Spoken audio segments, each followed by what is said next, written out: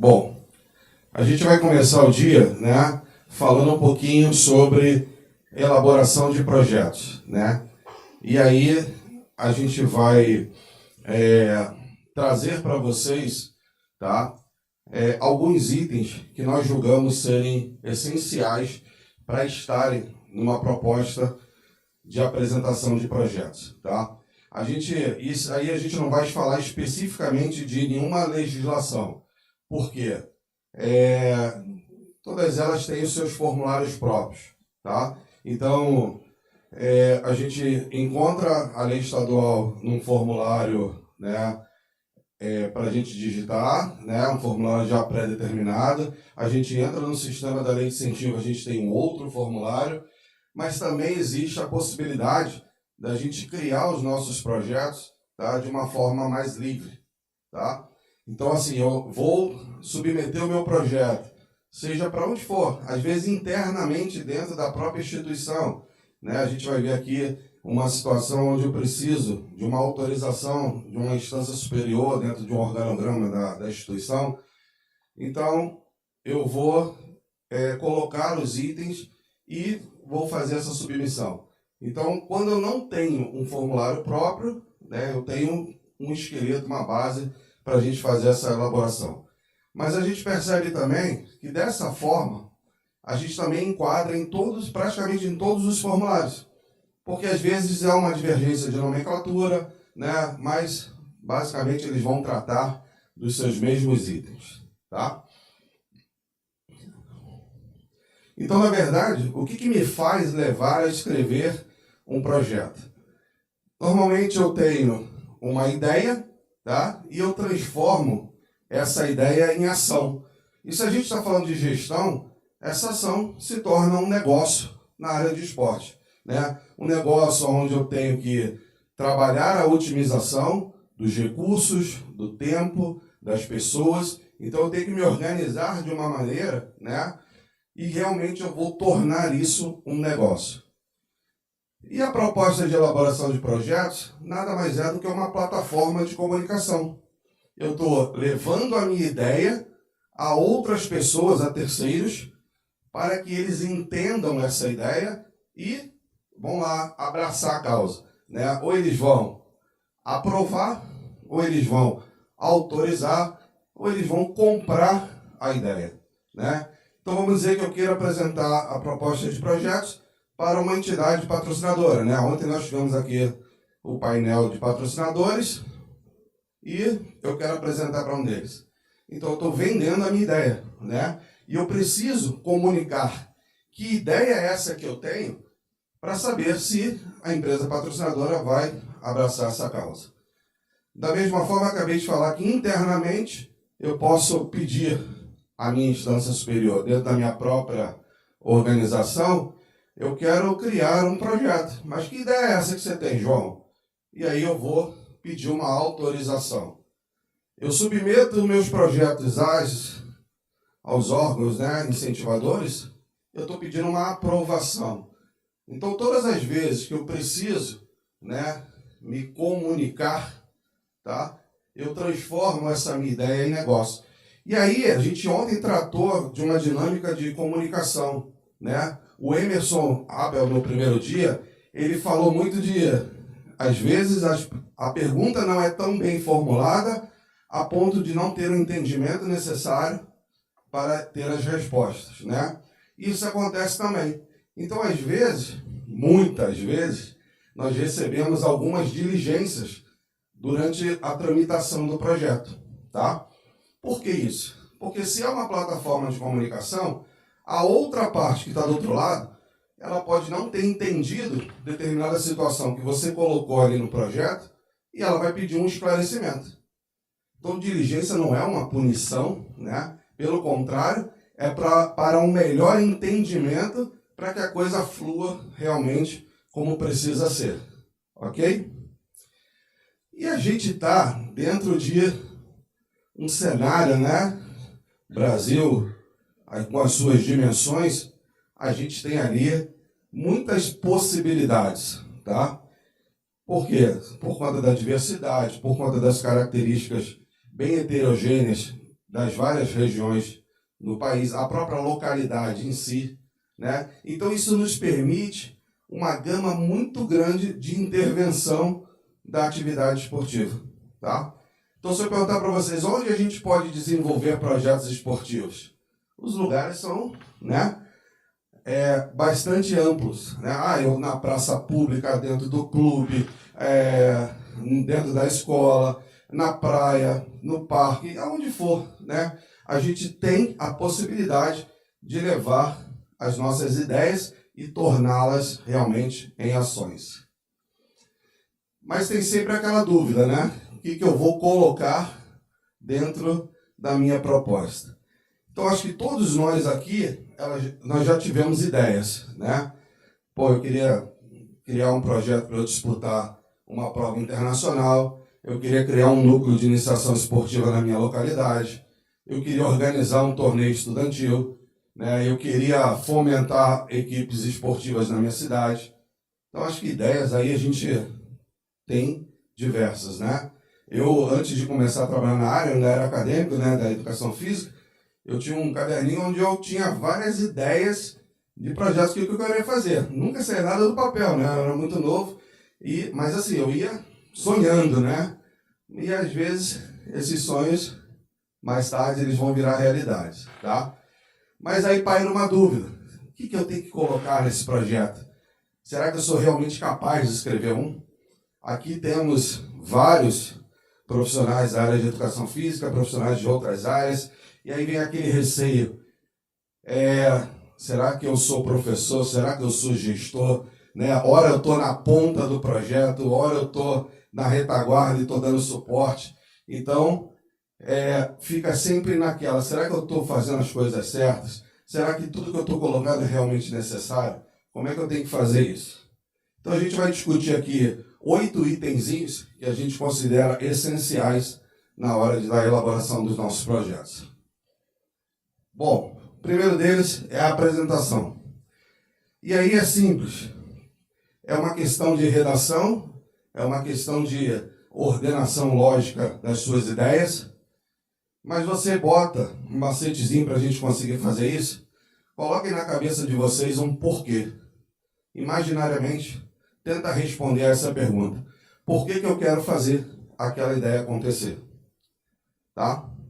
E aí, se você realmente conseguir responder esse porquê, você está, de fato, justificando, apresentando a sua ideia. A gente traz 3, se são macetes, não sei, mas são regrinhas que a gente acredita e vem dando certo ao longo do tempo. Eu posso trabalhar pela questão do contexto social e, melhor do que ninguém, vocês, em cada uma das suas realidades, nas suas localidades, estão prontos para isso? Falar da sua região, falar da sua entidade, né? Quais são as carências que vocês têm, quais são as potencialidades que vocês têm. Então, falar do seu contexto é muito importante. E muitas vezes nós justificamos. Então, eu quero trazer um projeto aqui para o bairro de Del Castilho. Por quê? Porque não tem, né? Ele é um bairro que tem pouco acesso, né? Não tem praças públicas, não tem clubes, então a gente não tem oportunidade de oferecer à comunidade aqui do bairro projetos de iniciação. Então eu falo da região, eu falo do meu contexto, eu posso entrar pela ordem geográfica, econômica, tá? Para a gente poder definir que essa ideia, independente da atividade, independente da modalidade, ela vai ser realmente importante para essa localidade, tá? Eu posso aproveitar momentos, e a gente vive muito de oportunidades. As oportunidades vêm, eu posso pegá-las e depois elas vão. Então tem alguns momentos que são importantes e que a gente pode pontuar para aproveitar e justificar a implantação da minha atividade. A gente entra agora num momento extremamente importante para a área do esporte. Que momento é esse? Oi? A gente entra, né, vai entrar agora no ano olímpico e daqui para frente a gente vai falar, né, basicamente 24 horas por dia, nós que somos da área, vamos falar de Olimpíadas o tempo inteiro, de Jogos Olímpicos, né? Então é uma baita oportunidade para eu poder justificar a implantação do meu projeto. Quando a gente tem algumas grandes conquistas, quando a gente tem novos ídolos esportivos, né? A gente teve aqui o IGK, a gente falou do Guga. Ontem o Pedro falou do Guga enquanto atleta profissional, se era, se não era. Mas quando o Guga ganhou o primeiro torneio e foi se tornando um ídolo nacional, quantas crianças que nunca tiveram acesso desejaram ser um futuro Guga? Quantas meninas quiseram ser Rebecas, né? Então, a partir dessas conquistas, a partir desses ídolos, a gente tem possibilidades também e aproveitar esses momentos, tá? Sei que tem uma galera aqui do handball. A gente teve oportunidades do handball, né? Na década passada, com uma conquista inédita de um campeonato mundial. Eu falei, agora vai, né? E a gente não aproveitou o momento, tá? Bom, quando eu não tenho nenhuma dessas duas possibilidades, eu tenho a própria história da atividade. Então, eu vou falar da própria modalidade. Quais são as suas características, quem são os seus personagens, quais são as conquistas que ela já teve, tá? E aí eu vou descrever. E aí eu vou ser um pouquinho mais técnico para fazer isso, tá? Às vezes eu domino muito bem, né? Sou monoesportivo, então eu domino muito bem aquela minha modalidade esportiva. Então eu falo dela com uma propriedade muito grande, tá? E aí você vai perguntar, mas João, então qual das três é melhor? Não existe melhor. Existem caminhos, tá? E a sua capacidade de redação. Não precisa, não tem tamanho, não precisa ser muito grande, também não precisa ser sucinto demais, tá? Lembrando que eu estou comunicando a minha ideia a terceiros. E se eu não comunicar bem, ele vai diligenciar e vai pedir esclarecimentos, tá? Se eu conseguir pegar o gancho da oportunidade e embasar com o meu contexto regional e falar da história da atividade, está muito bem justificado a sua apresentação de projetos, tá? Então, um ou outro, ou se você conseguir, você faz esse link com as três dimensões, tá? É regra? Tem que ser assim? Não. A gente está mostrando um caminho que a gente faz e que vem dando certo, tá? Mas aí é a capacidade de cada um de colocar as suas ideias, tá? Mas eu digo para vocês que, respondendo por quê, e aí sempre nesse momento, joga o porquê na cabeça e sai escrevendo e depois você vem limpando o seu texto. Ok? Bom, a apresentação não é o objetivo e muita gente confunde isso. Então a gente vai ter um campo para a gente esclarecer, né, o que nós queremos de fato alcançar ao final da proposta. Então eu quero implantar aquela atividade por conta disso, disso, disso. Isso é na apresentação, tá? E eu quero, ao final da execução dessa minha atividade, chegar a esses resultados. Então o objetivo é o final. Ao executar uma atividade, ao final dela, eu quero alcançar determinados resultados, tá? Alguns formulários trazem um apoio à conquista desse objetivo, que a gente vai falar de metas, tá? Metas, elas acontecem transformações ao longo da execução. Então, a gente está falando de objetivos no final do processo, tá? Então, quando acaba a execução do meu projeto, eu quero esses resultados. Então, eu só trato o objetivo no final. E eu tenho o apoio das metas. Ao traçar metas, me ajuda a modificar a realidade e a situação atual, tá? E me colocando no caminho para eu conquistar os meus objetivos que eu desejo ao final. Então, quando eu falo durante a execução, eu estou falando de metas. Quando eu falo final da execução, eu estou falando de objetivos, tá? Essas metas, elas podem em alguns lugares, devem ser qualitativas e quantitativas. Então, toda vez que eu expressar uma meta com números, eu estou falando de quantitativo. Todas as vezes que eu julgar pela minha subjetividade, eu estou falando de uma meta qualitativa. Então, eu digo assim, aumentar o rendimento escolar. Eu tenho um núcleo de iniciação esportiva, esporte educacional, eu tenho o apoio da Secretaria de Educação e eu quero, com o meu projeto, ajudar a aumentar o rendimento escolar. Aumentar significa o quê? Aumentei 10%. Foi muito ou foi pouco? Para você pode ter sido muito, para mim pode ter sido pouco. Então é a visão de cada um, né? Então, quando eu não expresso números, eu estou falando de uma meta qualitativa. Aumentar. Se foi muito, se foi pouco, né? Nós aumentamos. Tá? Então, e a meta quantitativa não. Eu sou mais preciso. Eu sou mais exato. Chegar entre o top 10 da prova dos Jogos Olímpicos, né? Chegar entre os 8 primeiros e a final olímpica entre os 8 primeiros no revezamento 4x400. Né? Então, eu estou expressando lá um número. Eu quero chegar entre os 8 melhores e ir à final da prova olímpica. Tá? Então, a diferença entre a meta qualitativa e quantitativa.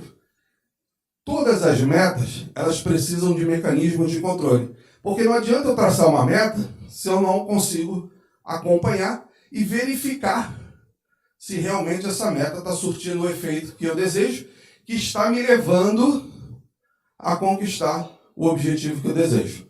Tá? Se não tiver, e para isso servem os mecanismos de controle, ela faz eu repensar a situação atual a ponto de novamente me enquadrar e caminhar no sentido de conquista do objetivo.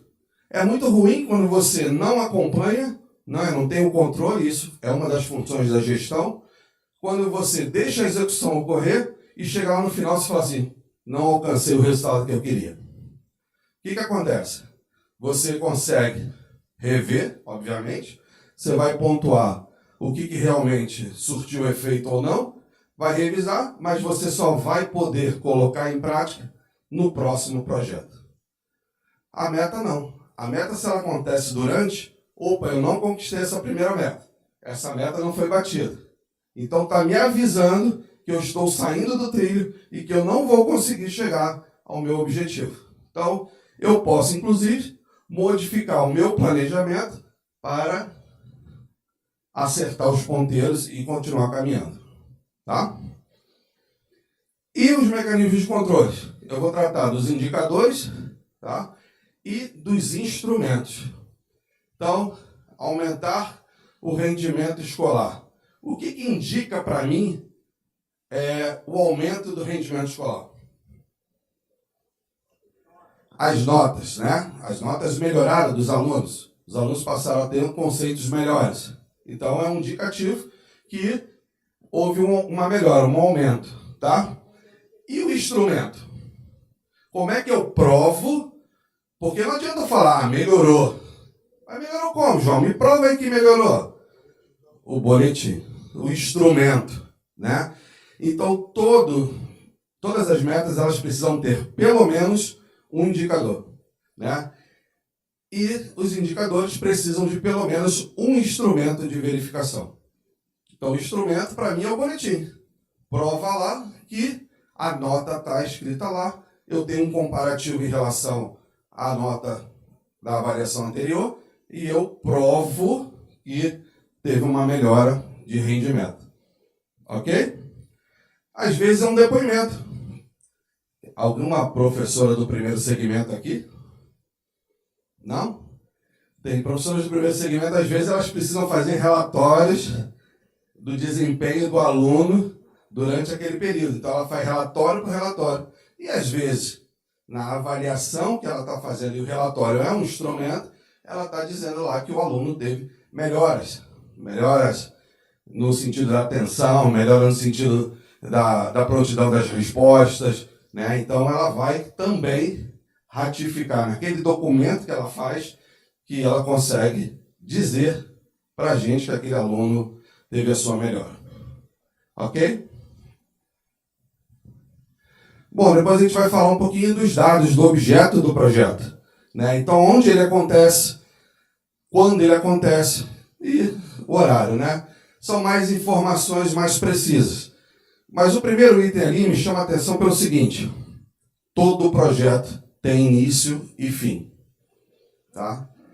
E isso serve tanto para a ponta, para quem está lá dando as aulas acontecendo, quanto para quem está fazendo a gestão. Se o projeto já está em execução, já me chama a atenção para pensar se eu quero dar continuidade dele. Então, eu aqui, no trabalho da gestão, já tenho que estar preparando a entrada do segundo projeto que vai substituir esse. Porque uma hora ele vai acabar. Ele tem um recurso aprovado, né? Ele tem as suas metas e os seus objetivos para serem cumpridos, o número de atendimentos de beneficiários. Então, chega uma hora que ele vai terminar. Principalmente pela questão financeira. Se eu começo o projeto hoje com R$500 mil e eu tenho, em média, um gasto de R$40, R$50 mil mês, à medida que os meses do ano vão passando, esse valor ele vai diminuindo. E quando zerar a conta, o que eu faço? Eu rezo para cair dinheiro de novo na conta? Então, eu tenho que preparar a entrada do segundo projeto, tá? Eu não estou querendo dizer que uma atividade ou uma iniciativa ela vai ter tempo para o seu término.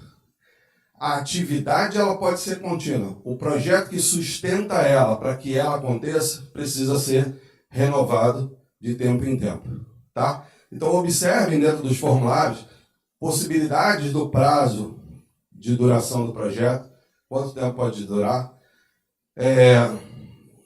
O Sanderson ontem da Petrobras falou da proposta da Petrobras de 36 meses. Como é que você desdobra esses 36 meses dentro da lei de incentivo, que também tem uma limitação de meses por projeto? Então, a gente tem que estudar isso e entender de que maneira, e ele falou muito bem isso, de que maneira vocês vão fazer essa continuidade, né, para apresentar as propostas. Então, todo projeto precisa de início e fim. Às vezes você fala assim, a capacitação esportiva no Rio, ela acontece de 6 a 8 de dezembro. Então, é um projeto de 3 dias? Não. A gente vem trabalhando no projeto desde abril. Elaboração, né, o e-book que vocês vão receber no final, de material, né, área da pesquisa, área de organização, produção. Então, isso demanda tempo, né? Quem vai estipular esse tempo são vocês, e vocês precisam, junto aos órgãos, justificarem por que desse tempo. Eu faço uma corrida. A corrida é um único dia. E aí o meu projeto é só nesse dia? Não. Tá? Eu preciso da pré-produção, preciso mandar fazer os materiais, preciso mandar confeccionar as medalhas, as camisas e tudo que vai acontecer dentro daquele evento. Tá? Para que naquele dia específico ele aconteça. Tá? Então, horário determinado e a localização. Entendendo que elaboração das propostas de projeto, elas devem ser a mais personalizada possível.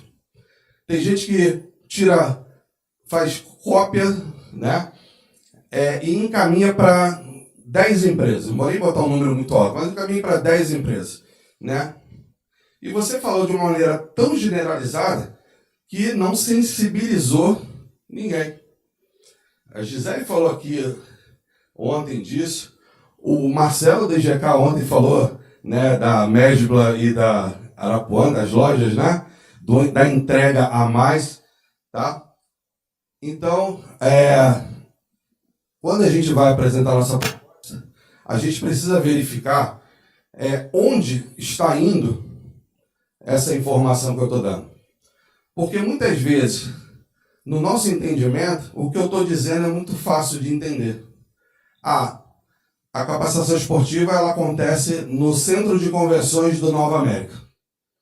E Se eu sou do Rio, e se eu recebo a sua proposta e sou do Rio, pode ser que eu conheça o Shopping Nova América e pode ser que eu já tenha ouvido falar do centro de convenções. Mas o pessoal lá de Brasília, o pessoal lá de São Paulo, às vezes a proposta que eu encaminho vai para um outro estado, vai para uma outra região. E aí quando você bota Nova América, uma coisa fica meia vaga e meia perdida. Então eu preciso dar maiores informações. Está próximo às principais vias, está na zona norte do Rio, né? É dentro de um shopping center. Posicionar melhor a pessoa que está recebendo a informação para que ela tenha um entendimento. E principalmente na questão comercial, para fazer jus ou não aquela empresa estar patrocinando. Será que está falando do meu público? Será que é onde eu quero atacar? Será que dentro das estratégias da empresa que eu estou requerendo recurso, está em compatibilidade com o público-alvo dele?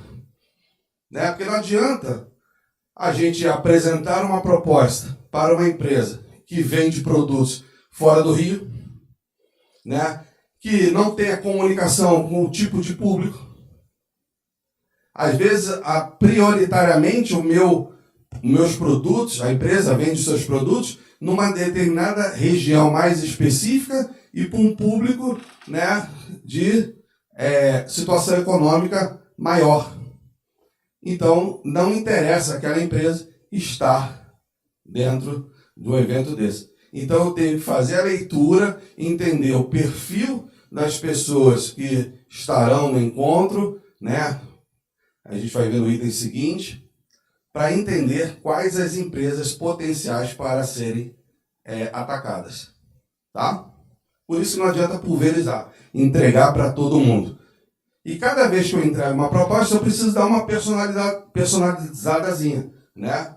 Para chegar ao melhor entendimento daquela situação. E aí o próximo item fala exatamente sobre isso, sobre segmentação. É um casamento, não tem jeito. Tá? Eu não vou me recordar, mas nos dias anteriores, alguém falou disso aqui, né?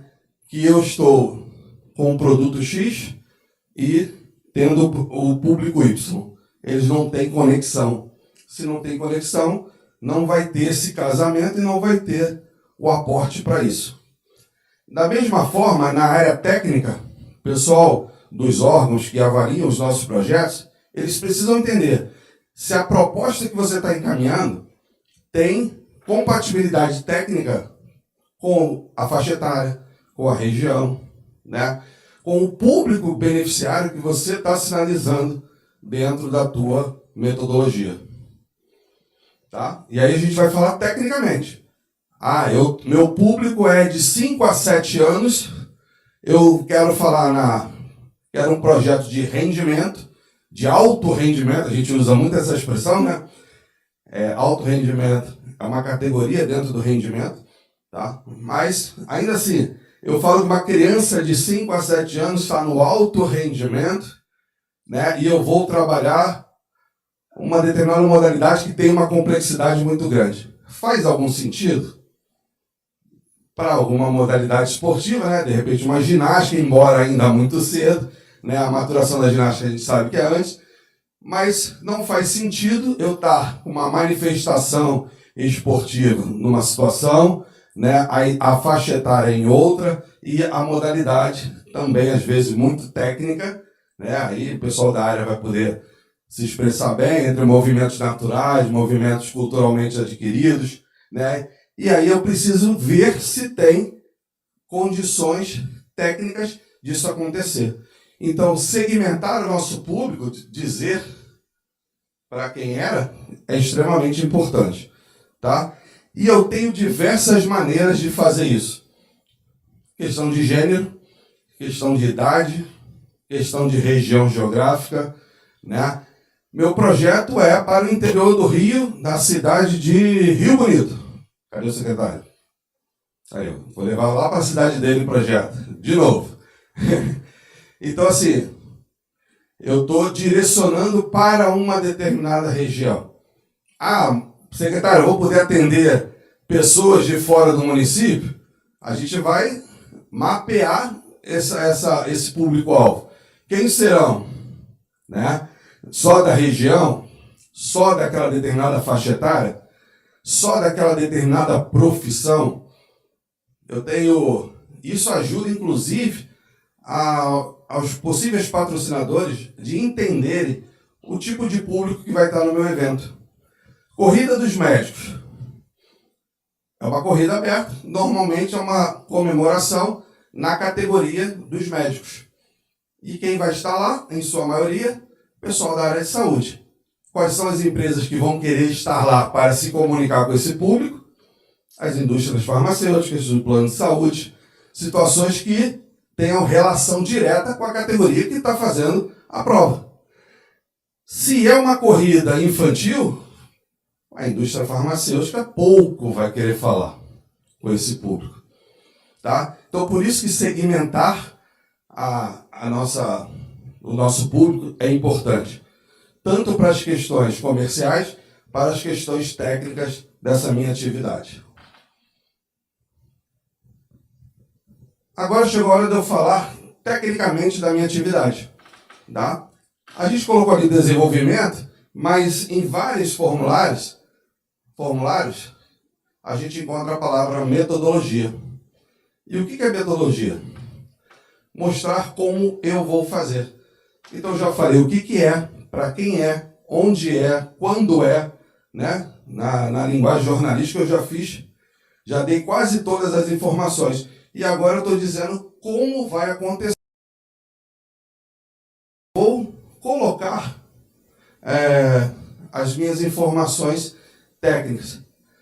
Quantos dias na semana, né? Como é que vai ser a distribuição das aulas, né? Qual é a grade de horários, qual é a forma de inscrição, como é que você seleciona o público a ser beneficiado, né? Qual é a destinação do material que você vai dar. Então agora, se vai ter inscrição, se é um torneio, quais as modalidades envolvidas, quais as categorias, quais os sistemas de disputa. Tá? Então, nessa parte da metodologia, e talvez seja a parte mais extensa, e não tirando a importância dos outros,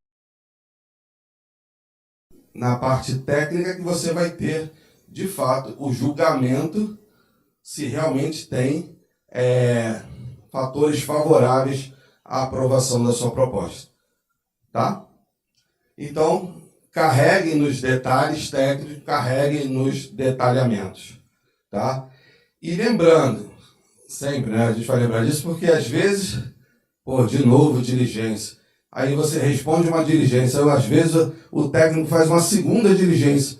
E aí a gente tem que fazer um exame de consciência se nós estamos realmente comunicando, de fato, detalhado, com os requintes técnicos que realmente são necessários para que ele possa avaliar. Senão ele não tem as condições para isso. Ok? Bom, feito isso, eu entro na minha parte financeira. E aí eu preciso fazer uma planilha que me dê noção de tudo aquilo que eu vou precisar para a minha atividade.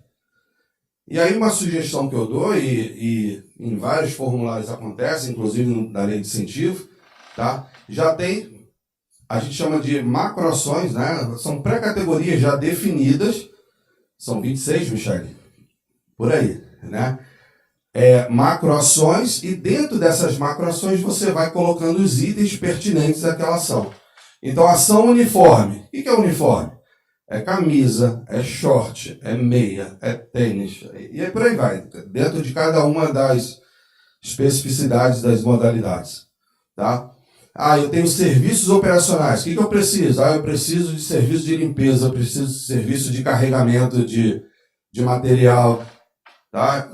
Então, a gente vai colocando os itens. Então, pegar as macroações e já pontuar elas, e aí ir colocando ou ir lembrando, é um trabalho que a gente precisa fazer com calma para não deixar nenhum item que eu julgue ser necessário de fora.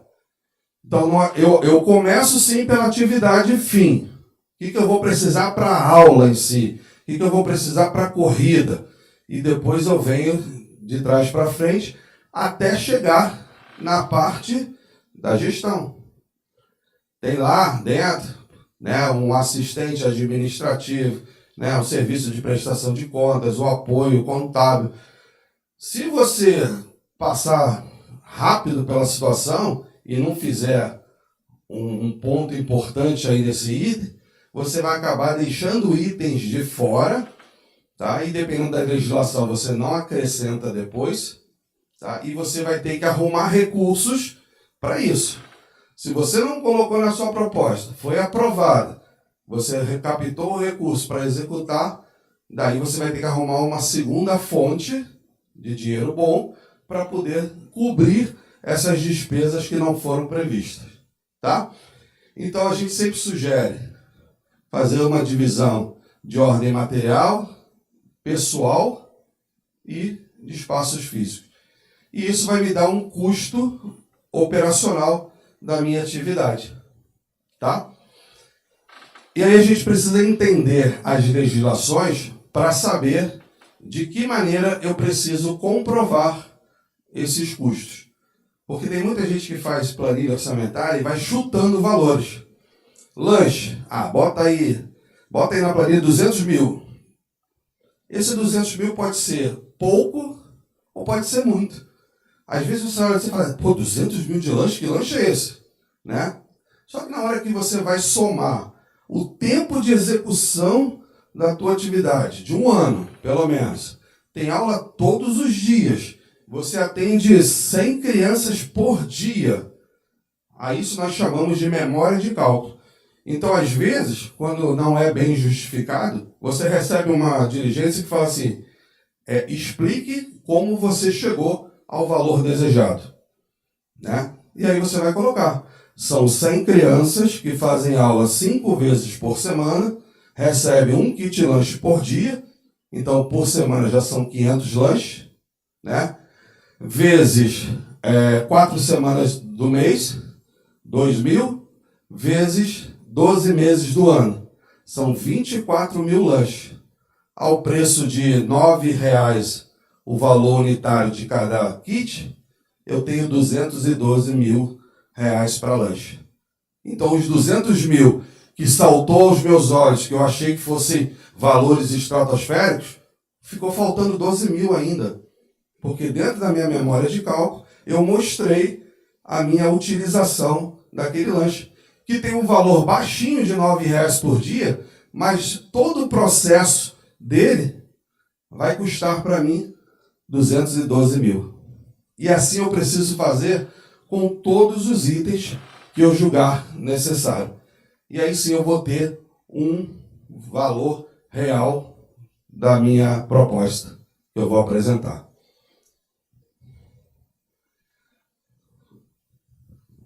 Bom, aproveitamento promocional, aí é muito mais para questão comercial, na hora de você apresentar, na hora de você buscar o seu patrocinador, entendendo que muitas vezes nós vamos fazer uma proposta de projeto para os órgãos, né?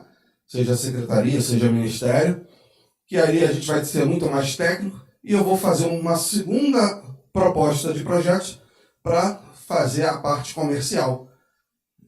Tá? E aí eu tenho que mostrar aqui o meu aproveitamento promocional.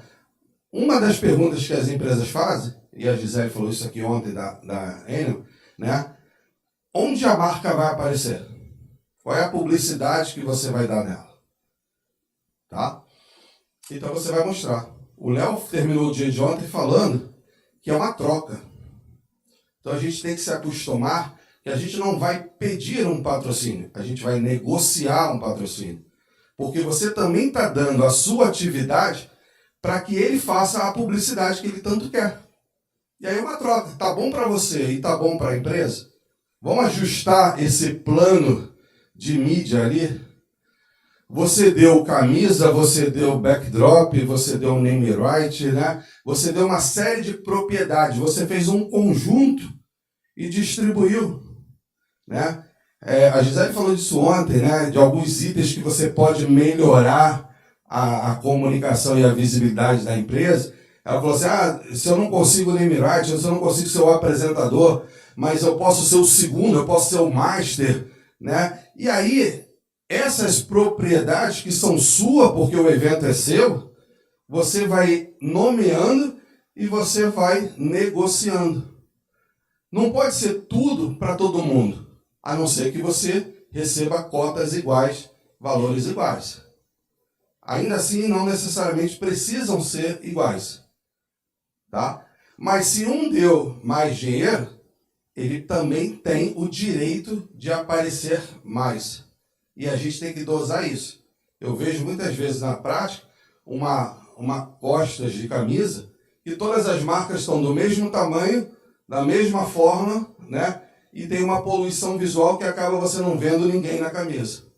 E aí um deu 500 mil, o outro deu 100 mil, o outro deu 30 mil e todo mundo tem a mesma exposição. Então, se todo mundo tem a mesma exposição, por que um deu 500 e o outro deu 30? Então, você tem que valorizar isso. Tá? A gente fala muito disso nesse item aqui, e ontem a Gisele ela bateu no martelo na hora. Né? Existe uma propriedade, e isso vai muito da criatividade. Hoje, o pessoal que trabalha nessa área tem que estar se reinventando o tempo inteiro, porque a gente tem muitas possibilidades dentro de um evento. Né? E tudo pode se transformar em ativos que você possa negociar com os seus parceiros. Então a gente fala muito de um microfone na hora das entrevistas.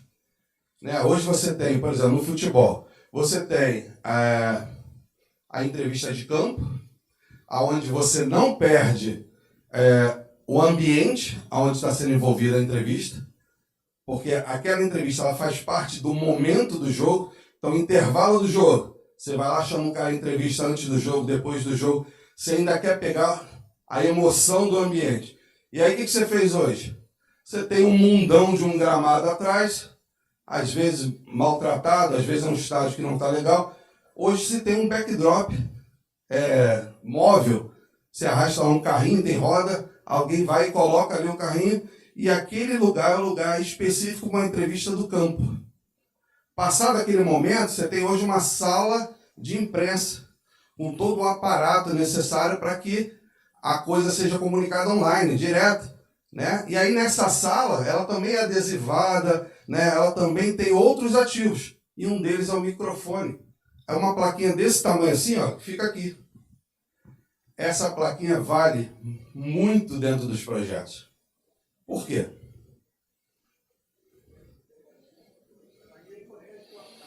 Ninguém consegue cortar. A Gisele falou disso ontem na marca aqui no ombro. Né? Ela falou assim, se eu estou dando uma entrevista e a televisão está filmando, se a televisão quiser cortar, porque ela não está recebendo nada para aquilo, ela vai subir a imagem. Se eu boto um boné, ela baixa a imagem. Às vezes está aqui bem, né, para outras visibilidades, aqui vai aparecer bastante. Mas na hora de uma entrevista, aqui, né, por maior que seja, ela é cortada. Mas o microfone não pode ser cortado, porque senão eu acabo com a entrevista. Imagina, só vai aparecer o olho do João. Está cortado da boca para baixo. Aqui está cortado, aqui está cortado. Opa. Cortou tanto que até caiu. Né? E aí a imagem fica muito reduzida. Tá? Então isso aqui vale hoje muito dinheiro. Obviamente que eu estou falando de modalidades com potencial de transmissão. Né? Mas isso aí cada um vai avaliar o seu projeto e o que pode fazer negociação, o que pode tornar ativo.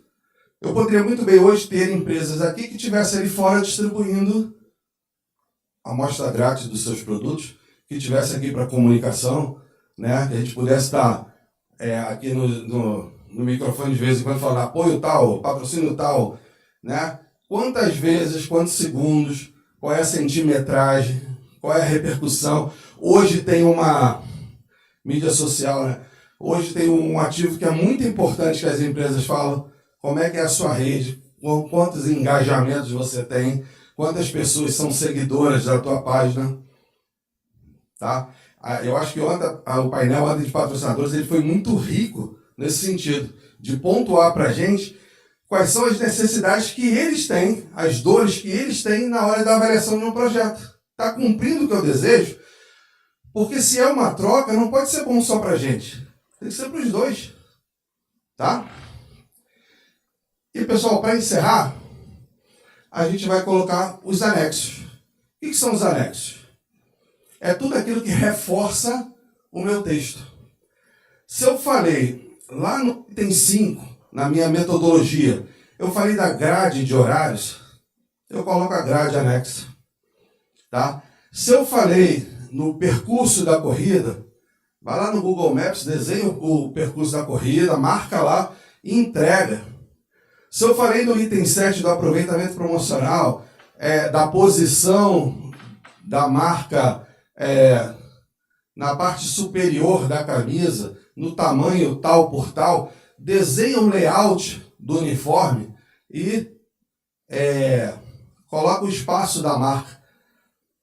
Porque, às vezes, uma imagem reforça o teu texto. E aí você vai compreender, a pessoa que está lendo vai compreender melhor o espaço que ela tem. Tá? Alguns formulários, o sistema da lei de incentivo, por exemplo, nos anexos, eles nos exigem 4 documentos. 3 declarações e a capacidade técnica operativa. Você dizer que tem capacidade, tanto técnica quanto operacional, para poder propor aquele projeto. Então, não é só um currículo. O currículo é uma maneira de você comprovar a capacidade técnica. Mas o que aquela entidade já fez? Outros projetos que ela já desenvolveu. Às vezes é um projeto para dar continuidade. Então, reforça com o que está sendo executado agora. Mostra as coisas boas que você já tem. Então, um conselho que eu dou, quem não faz, a partir de hoje, começa a ter uma memória. Né? Cria um memorial, guarda tudo que vocês produzem, né? O que sai, postagens, o que sai de mídia, né? Recolhe todo esse material, fotos, né? E que mostre que realmente você já fez e que tem condições de realizar aquela atividade. Ok? Então, vai desde documentos oficiais, comprovantes, né? Imagens, tudo que possa reforçar o nosso texto. Ok? Alguma pergunta? Pode ser? Você falou do orçamento, você deu o exemplo da alimentação durante o ano. Sim. Como que a gente pode se proteger de uma variação de valores ao longo desse ano? Porque você já propôs um projeto no ano anterior. Às vezes até 2 anos antes. Você vai executar durante, sei lá, 1 ano, ou 2 anos, ou 3 anos. Como é que você vai se proteger dessa variação ou desse risco que vai acontecer durante o processo? Vamos lá. A maneira mais simples e a resposta mais fácil. Você tem 2 maneiras. Primeiro, quando você está no processo, né? Isso falando especificamente da lei de incentivo. Quando você está no processo de elaboração, o Ministério te permite que o orçamento seja feito na média de 3 orçamentos. Então, você tem a referência, o valor referência, ele é uma média. Na hora da execução, por uma questão de economicidade, para você usar bem o recurso público, você vai ter que comprar sempre no menor valor. Então, você já tem uma variaçãozinha aí, uma gordurinha. E, por obrigação da legislação, ao receber o dinheiro na conta, você precisa fazer a aplicação desse dinheiro. Então, ele está rendendo. E com esse rendimento, se houver variação, você pode utilizar. E lá na prestação de contas você vai informar. E nesse item o valor foi majorado, né? E aí você vai precisar utilizar a aplicação financeira. Tá? Aí dentro do que o Léo ainda vai falar hoje, ele vai mostrar que existe remanejamento de ações, né? E outras possibilidades também de você apresentar novos orçamentos que estão justificando esse aumento desse valor para você poder fazer. Às vezes você tem um recurso que você não vai utilizar no lugar, você vai solicitar, antes de fazer a execução, você vai solicitar a autorização para você mexer nisso. Tá?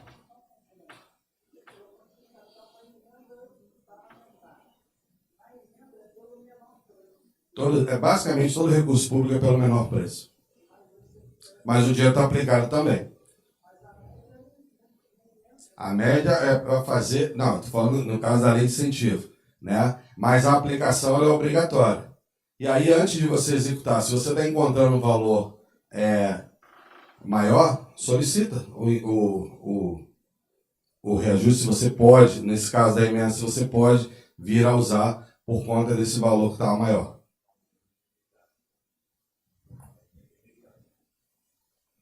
Só complementando aqui, pessoal, a emenda é menos complexa porque ela é imediata. Então você faz a emenda e você recebe o recurso. Na lei de incentivo você pode levar até 2 anos para captar. Então por isso que você pode colocar até a média e ter essa oscilação de preço. Acaba que a variação é muito menor porque é imediata.